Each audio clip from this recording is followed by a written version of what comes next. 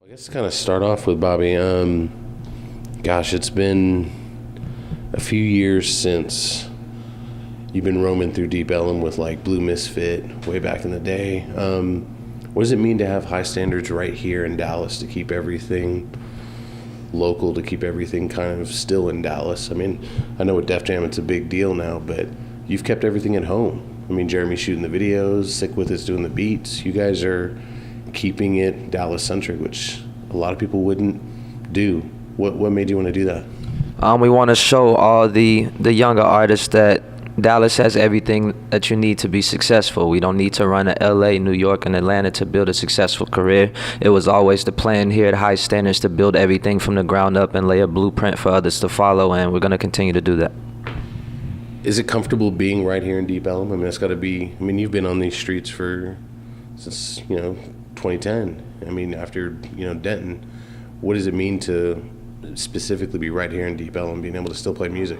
It means everything to me. My career, I actually started at UNT, but as far as me going out and really performing, it started right here in Deep Ellum on Main Street, Elm Street, and Commerce. And I put in a lot of work in Deep Ellum, and I want to continue that work. I feel like there's more groundwork that we need to do, and it's best for me to be here to get it done. As far as this album compared to LOA or Grateful, this seems a little bit harder, seems a little bit more kind of a punch to the mouth for people. Was it always intended to that? Did you want to make this a statement album? Absolutely. I felt like it would have been easy, since there hasn't been a long history of success here in Dallas, after signing with a major, to put out a project bragging or like, yeah, we manifested this and that, but there's a lot of people experiencing some terrible things out here and nobody's talking about them, and I wanted to make a statement with my first release on Def Jam Records. And Revolution, I'm going to continue my Manifest series, which was LOA and Grateful. I have more projects to add to that catalog, but Revolution is a separate series where I take all the conversations from the barbershop, the politically incorrect conversations, and put them on record. And Chapter 1, Divided States of America, was the first installment of that, and I'll continue to add to that series as well. Can you tell us a bit about the laws of attraction, how that's impacted your whole life and the way you look at life? That's got to be special. I mean, it changed the way you approach the day-to-day life. Absolutely. So I got introduced to the law of attraction through a documentary called The Secret back in 2013, and that sent me on a deep dive, educating myself on how to manifest things, how to control your thoughts, how to monitor your energy, how to put out certain frequencies into the universe in order to get what you want. And I've used the power of visualization to imagine exactly how I want my life to be and move forward through my life like that's my current reality, and that's expedited the manifestation process for me. And I'm grateful that I stumbled across the principle. It must be kind of cathartic with being a movie about the subject matter that it's based on, with The Hate You Give, and knowing your past with losing James. You've been dealing with that subject matter since, I know, like the song Black America, and you had the interlude on the LOA. How has it been cathartic at all, being able to continue to talk about James and continue to put out a positive voice about what happened? Well, I have a responsibility to my family to keep his name alive, one, and two, I understand that a lot of the times when these tragedies happen, there's not someone in the family that has a platform that can speak on it. So I have an opportunity to keep his name alive, and also understand that when people hear his name, they're swapping his name out with a family member that they lost, or et cetera. And I feel like in coupling that with the law of attraction, I'm letting people know, like, let's put out the energy in the universe to make sure that these things don't happen again. What does it mean to you to watch a movie like this? And I think one of the things I gained from watching the movie was the hope at the end. That's something we haven't seen maybe in past movies, and the way people have structured the argument of cop violence against the African American community. This film takes it another step further, just like your song does, Like Me. What's the next steps? What are you hoping people gain from this? Because I think y'all are making strides that people haven't really made. Absolutely. One, I highly recommend everybody go out and see this film. It's a very important and timely film, and The Hate You Give did an incredible job of letting people know that the hate you give little infants F's everybody, not just black people. If you're having negative energy towards our young children, that has a negative impact on all of us. And I believe that a lot of people after watching this movie will be inspired to find their voice and speak out. And whether you're black, white, green, or purple, we shouldn't be okay with anybody from the human race dying for no reason. How was South by for you, being able to be down there?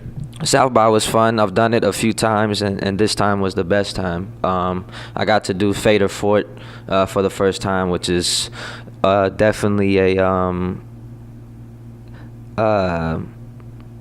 it's a big moment for any artist's career, like to be able to do Fader Fort. And I was able to do the Mass Appeal live at the barbecue show, which is something I've wanted to do for a couple of years now. And it's been real grateful to see every year that things are getting better and better, and I want to continue to build on that. You know, you've always had people join you on your albums. You had Killer Mike now on this one. That's got to be another step to another level. I mean, having his clout, but what are the next steps for you? You're working on the next steps of Revolution, but what are you hoping to do down the line? Again, just continuing to build on what we built already. We've laid a good foundation. We got some good solid bricks down, and I'm trying to build a mansion. And I feel like obviously I'm going to continue to add chapters to my Revolution series, continue with my Manifest series, and continue to go out to the schools and talk to the kids and let them know that they can do anything that they put their minds to. As far as going to schools, I love that you brought that up, because I know I've seen the reaction of what it's been like after you've left a school. How important is that to you? Did you have that when you were young? I mean, how did you come up with that idea that you want to go speak directly to kids? Well, when I was in school, we didn't have nobody coming to our schools to speak to us about anything, especially like from the entertainment side of things. And I know a lot of kids would like to be in entertainment. And I knew it was important for me, if my whole life was measured by only what I did in the booth or on the stage, then I think that would be pretty worthless. I want to be measured by what I do outside the booth, actually going to the kids and letting them know about law of attraction, as opposed to just coming into somebody's town doing music and leaving. I think that's kind of whack. So I want to make sure that I have a presence in their life and can really be a living example that the law of attraction is real. The movie's been able to travel with you. You guys were, I think, in DC a couple days ago. How fun is that to be able to see the different reactions? And I mean, we just brought it home last night. What did it mean to bring it home to Dallas as well? It's been an incredible opportunity. This young lady right here is amazing, and it's been a learning experience for me just to be around somebody so brilliant. And George Tillman, the director, he's just been able to hear his insight night after night on what the detail that went into creating this film. It's been a very humbling experience, and I'm grateful that I had the opportunity, or having the opportunity, to tour around the country and let people know about a very important film that they need to see October 19th. Kind of later in the year too. I know I'm excited. I used to work at the Observer, so knowing that you've won some Observer awards, and I'm pretty sure you're going to be part of the upcoming showcase at the end of the year. What does it mean to play with artists here in Dallas? And now that you have the clout and name that you have, to still make Dallas a priority musically? I feel like Dallas is one of the greatest creative hubs in the world. It's just we're continuing to work until the rest of the world gets hip to that as well. And I think the more that the Dallas artists of all genres continue to put their best foot forward and make the best music possible, then the whole world will know that we are one of the greatest creative places in the world. So I did some research. I found out you're a big Family Feud fan. So I gotta ask, if you had to have 5 people to join you on the Feud, who would it be in your life? I don't know. I gotta test them, see who ready. But yeah, I definitely want to do the Celebrity Family Feud at some point. I think it's a great show. Steve Harvey's the man, and I'm excited to do it at some point. Well, Bobby, I was blown away by the movie. I love that your song is the end of the movie. Basically, you close out with that strong message. I know it's very personal for you, and getting the story of James out. You've been doing it for 6 years now. So keep doing what you're doing. We really appreciate talking to you. Thank you. Thanks for having me.